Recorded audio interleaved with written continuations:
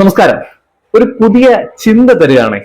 അതായത് ഇന്ത്യയിൽ ഒരു സംസ്ഥാനവും ആലോചിക്കാത്ത രീതിയിലുള്ള, എന്നാൽ നമ്മളാണല്ലോ, കേരളമാണല്ലോ ഇന്ത്യക്കും ലോകത്തിനും മാതൃകയായിട്ടുള്ള പല കാര്യങ്ങളും നമ്മൾ തുടങ്ങി വെക്കുന്നത്, ചെയ്തുകൊണ്ടിരിക്കുന്നത്. അതുകൊണ്ട് നമുക്ക് മാതൃകയായിട്ട് തന്നെ തുടങ്ങാൻ പറ്റുന്ന ഒരു വലിയ ഒരു പ്രോജക്റ്റ്, അതൊരു പുതിയ ചിന്താഗതിയാണ്. ഈ ചിന്താഗതി കേരളത്തിലെ എല്ലാ പൊതുജനങ്ങൾക്കും ഒപ്പം തന്നെ വളരെ പ്രധാനപ്പെട്ട നമ്മുടെ കേരളത്തിന്റെ മുഖ്യമന്ത്രി ശ്രീ വി.ഡി. സതീശൻ അവരുടെ ചിന്തയിലേക്കും കാഴ്ചയിലേക്കുമാണ് ഈ ഒരു തോട്ട് തരുന്നത്. ഓക്കെ, വേറൊന്നുമല്ല, നമുക്കറിയാം ഇപ്പോ അഡ്വാൻസ് യുഗമാണ്. സോ നമ്മുടെ ജനങ്ങൾക്കൊന്നും തീരെ കാര്യങ്ങൾ ചെയ്യാൻ സമയമില്ലാത്തൊരു സിറ്റുവേഷൻ ആണല്ലോ നമുക്കുള്ളത്. ഒന്നിനും സമയം തികയാത്തൊരു അവസ്ഥയാണ്. 24 മണിക്കൂറുള്ളത് എങ്ങനെയെങ്കിലും ഒരു ദിവസം 48 മണിക്കൂർ ആയി കിട്ടണേ എന്ന് ആഗ്രഹിക്കുന്ന ഒരു കാലഘട്ടത്തിൽ ജീവിക്കുന്ന ആളുകളാണ് നമ്മൾ. കാര്യം നമ്മൾ മലയാളികൾ അത്രയേറെ ബിസി ആയതുകൊണ്ടാണ്. ആ ഒരു കാലഘട്ടത്തിൽ, ആ ഒരു സാഹചര്യത്തിൽ ഇവിടെ സിൽവർ ലൈൻ എന്ന് പറയുന്ന ഒരു റെയിൽവേ ട്രാക്ക് കൊണ്ടുവന്ന് കുറച്ചുകൂടെ ഫാസ്റ്റ് ആക്കാനുള്ള കാര്യങ്ങളൊക്കെ ആലോചിക്കുന്നുണ്ട്. അങ്ങനത്തെ കാര്യങ്ങൾ ചെയ്യുമ്പോൾ പലരുടെയും വസ്തു പോവുകയും കാലതാമസം കൊടുക്കുകയും കുറെ മൂലമാലകളും പ്രശ്നങ്ങളും ഒക്കെ സിൽവർ ലൈൻ പോലൊരു ട്രാക്ക് വരുമ്പോൾ നമുക്ക് അഭിമുഖീകരിക്കേണ്ടി വരും. നമുക്കറിയാം, മഞ്ഞക്കുറ്റിയൊക്കെ പെയ്തിറങ്ങുന്ന സംഭവം നമുക്കറിയാം. അതുപോലെ തന്നെ ആവും ഈ സിൽവർ ലൈനും. അതുപോലൊക്കെ ഏകദേശം കാര്യങ്ങളിലൊക്കെ വരും. അതിന് ബഡ്ജറ്റും കൂടുതൽ, ഏകദേശം 65,000 കോടി രൂപയാണ് ആ ഒരു ട്രാക്കിന് വേണ്ടി മാത്രം നമ്മൾ ഇൻവെസ്റ്റ് ചെയ്യേണ്ടി വരുന്നത്.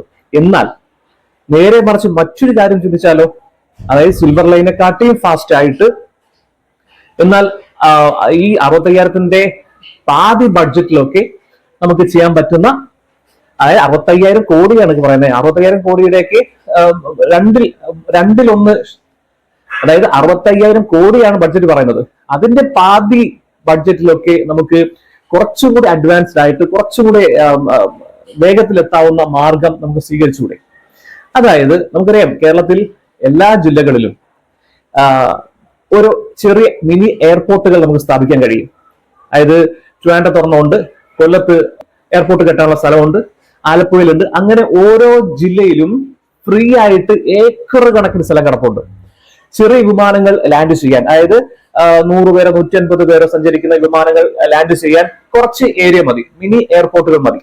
ഓക്കെ, അങ്ങനെയാകുമ്പോൾ കേരളത്തിലെ 14 ജില്ലകളിലും ചെറിയ എയർപോർട്ടുകൾ സ്ഥാപിച്ചുകൊണ്ട് ചെറു വിമാനങ്ങൾക്ക് പറന്ന് ഇറങ്ങാനും ഉയരാനുമുള്ള സംവിധാനം ചെയ്താൽ ഒരു പക്ഷേ ഈ സിൽവർ ലൈനേക്കാൾ അതിനേക്കാൾ കൂടുതൽ മെച്ചപ്പെട്ട രീതിയിൽ സമയലാഭവും സാമ്പത്തിക ലാഭവും ആളുകളുടെ സിൽവർ ലൈൻ ഉപയോഗിക്കുമ്പോൾ, അത് ചെയ്യുമ്പോൾ ആളുകളുടെ വസ്തു നഷ്ടപ്പെടുകയും അവരുടെ കണ്ണീരും കാണാതെ നമുക്ക് ഏറ്റവും നല്ല രീതിയിൽ ഒരു പ്രോജക്റ്റ് നമുക്ക് ഇവിടെ ഇംപ്ലിമെന്റ് ചെയ്യാൻ പറ്റും. ഇതൊരു ബെസ്റ്റ് എക്സാമ്പിൾ പറഞ്ഞു തരാം. ടൈമും ഈ കിലോമീറ്ററും ക്യാഷും തമ്മിലുള്ള ഒരു വ്യത്യാസം ഞാൻ പറഞ്ഞുതരാം. ഇപ്പോ ട്രിവാൻഡ്രത്ത് നിന്ന് രാവിലെ സിൽവർ ലൈൻ വന്നാൽ, അതായത് ഇപ്പോഴത്തെ ട്രാക്കിലല്ല, സിൽവർ ലൈൻ 65,000 കോടി മുടക്കി കൊണ്ടുവന്നാൽ, ആ കാലഘട്ടത്തിൽ കൊണ്ടുവന്നാൽ ട്രിവാൻഡ്രത്ത് നിന്ന് ഒരാൾക്ക് കാസർഗോഡ് പോകണം. മിനിമം ഏറ്റവും കുറഞ്ഞത് ഒരു 4 മണിക്കൂർ അല്ലെങ്കിൽ 3.5 മണിക്കൂർ യാത്രയും ഒപ്പം തന്നെ അതിനനുസരിച്ചുള്ള ക്യാഷും കൊടുക്കേണ്ടി വരും. അത്യാവശ്യം നല്ല പേയ്മെന്റ് കൊടുക്കേണ്ടി വരും അങ്ങനെ പോകണമെന്നുണ്ടെങ്കിൽ. ഓക്കെ, അതേസമയം നമുക്ക് ഫ്ലൈറ്റ് ആണെങ്കിൽ, ഫ്ലൈറ്റിന്റെ ടൈം എന്ന് പറയുന്നത് മണിക്കൂറിൽ 1100 കിലോമീറ്റർ ആണ് പെർ അവറിൽ. 850 കിലോമീറ്റർ മിനിമം സ്പീഡ്, 850 കിലോമീറ്റർ നമുക്ക് നോക്കുകയാണെങ്കിൽ നമുക്ക് ട്രിവാൻഡ്രത്ത് നിന്നും കാസർഗോട്ടേക്ക് വരാൻ വെറും 1 മണിക്കൂറിൽ താഴെ മതി എന്നുള്ളതാണ് യാഥാർത്ഥ്യം. 1 മണിക്കൂർ കൊണ്ട് ട്രിവാൻഡ്രം ടു കാസർഗോഡ് നമുക്ക് പറഞ്ഞെത്താൻ കഴിയും. അതും സീറോ റേറ്റിൽ. നമുക്കറിയാം, ഫ്ലൈറ്റ് യാത്ര എന്ന് പറയുന്നത് കോസ്റ്റ്, ഓട്ടോക്കായും കോസ്റ്റ് കുറവാണ് ഫ്ലൈറ്റ് യാത്ര എന്ന് പറയുന്നത്. സീരിയസ്ലി, അത് പലർക്കും അറിയില്ല. നമ്മൾ ഓട്ടോയിൽ സഞ്ചരിക്കുന്ന കാശ് പോലും ആകുന്നില്ല നമ്മൾ ഫ്ലൈറ്റിൽ സഞ്ചരിക്കുമ്പോൾ കിലോമീറ്റർ നോക്കുമ്പോഴത്തേക്ക്.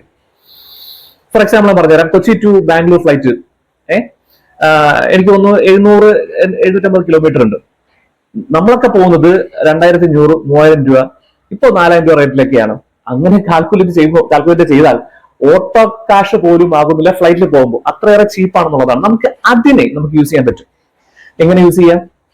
നമുക്കിപ്പോ ട്രിവാൻഡ്രത്ത് എയർപോർട്ട് തുടങ്ങി, അതുപോലെ തന്നെ കൊല്ലത്ത് തുടങ്ങി. എയർപോർട്ട് തുടങ്ങാൻ വലിയ കോസ്റ്റും കാര്യങ്ങളൊന്നുമില്ല. കുറച്ച് സ്ഥലം മതി, ഒരു അതിൻ്റെതായ സെക്യൂരിറ്റി കാര്യങ്ങളും ചെയ്യാനുള്ള ഒരു സംഭവം മതി. അല്ല വലിയ സംഭവങ്ങളൊന്നും ഇന്റർനാഷണൽ എയർപോർട്ട് പോലെ അത്ര വിപുലമായ സംഭവങ്ങളൊന്നും വേണമെന്നില്ല. ആഭ്യന്തര യാത്രയാണല്ലോ നമുക്കുള്ളത്, അല്ലെങ്കിൽ സ്റ്റേറ്റിലുള്ള യാത്രയാണ് നമുക്കുള്ളത്. അപ്പൊ തീർച്ചയായിട്ടും നമുക്ക് ഈ ഫ്ലൈറ്റ് കൊണ്ടുവരികയാണെങ്കിൽ ഫ്ലൈറ്റ് നമുക്ക് കേരള ഗവൺമെന്റ് തന്നെ ചെയ്യാൻ പറ്റുന്ന സംഭവം തന്നെയാണ്. ഫ്ലൈറ്റ് നമുക്ക് ലീസിനെടുത്ത് പറത്താം. ഒപ്പം തന്നെ നമ്മൾ അങ്ങനെ ചെയ്യുകയാണെങ്കിൽ ആളുകൾക്ക് ഫ്ലൈറ്റിൽ യാത്ര ചെയ്ത് സമയവും ലാഭമാണ്, കുറഞ്ഞ കോസ്റ്റും ആവുള്ളൂ. നമ്മൾ രാജ്യത്തിന് മാതൃകയായിട്ട് പുതിയൊരു വിപ്ലവം കൂടി സൃഷ്ടിക്കാൻ നമുക്ക് കഴിയും, അല്ലെ? ഇന്ത്യയിൽ ഒരു സംസ്ഥാനത്തും ഇല്ല, പക്ഷെ നമുക്ക് കേരളത്തിൽ പോസിബിൾ ആണെന്നേ. ചെറിയ എയർപോർട്ടിൽ തുടങ്ങാനുള്ള സ്ഥലം കേരളത്തിലുണ്ട്. ചെറിയ വിമാനങ്ങൾ ലീസിനെടുത്ത് ചെയ്യാനുള്ള പ്രോജക്റ്റ് കൊണ്ടുവന്നാൽ അത് ഇംപ്ലിമെന്റ് ചെയ്യാൻ പറ്റും. കാര്യം കേരളത്തിൽ ഒരുപാട് യാത്രക്കാരെ കിട്ടും, മറ്റ് സംസ്ഥാനങ്ങൾ പോലെയല്ല. കാരണം സമയലാഭവും ക്യാഷ് ലാഭമൊക്കെ നോക്കുന്നതാണ് മലയാളം എന്ന് പറഞ്ഞാൽ. അപ്പൊ ക്യാഷും നമുക്ക് ലാഭമാണ്, സമയവും ലാഭമാണ് ഇത്തരത്തിലുള്ള ചെറിയ എയർപോർട്ടുകൾ തുടങ്ങി ഫ്ലൈറ്റ് സർവീസ് തുടങ്ങുകയാണെങ്കിൽ. അപ്പൊ ഈ ഒരു ആശയം ഗവൺമെന്റിന്റെ മുന്നിൽ വെക്കുകയാണ്. തീർച്ചയായും നിങ്ങൾക്ക് ഇഷ്ടപ്പെട്ടാൽ ഇതൊന്ന് ഷെയർ ചെയ്യുക. ഒപ്പം തന്നെ കേരളത്തിന്റെ വളർച്ചയിൽ നമുക്ക് കൂടി പങ്കാളിയാകാം എന്ന് വെച്ചുകൊണ്ടെങ്കിലും നിങ്ങളത് ഷെയർ ചെയ്ത് മാക്സിമം ഒന്ന് കേരളത്തിന്റെ മുഖ്യമന്ത്രിയുടെ അടുത്തെത്തിക്കുക. നന്ദി.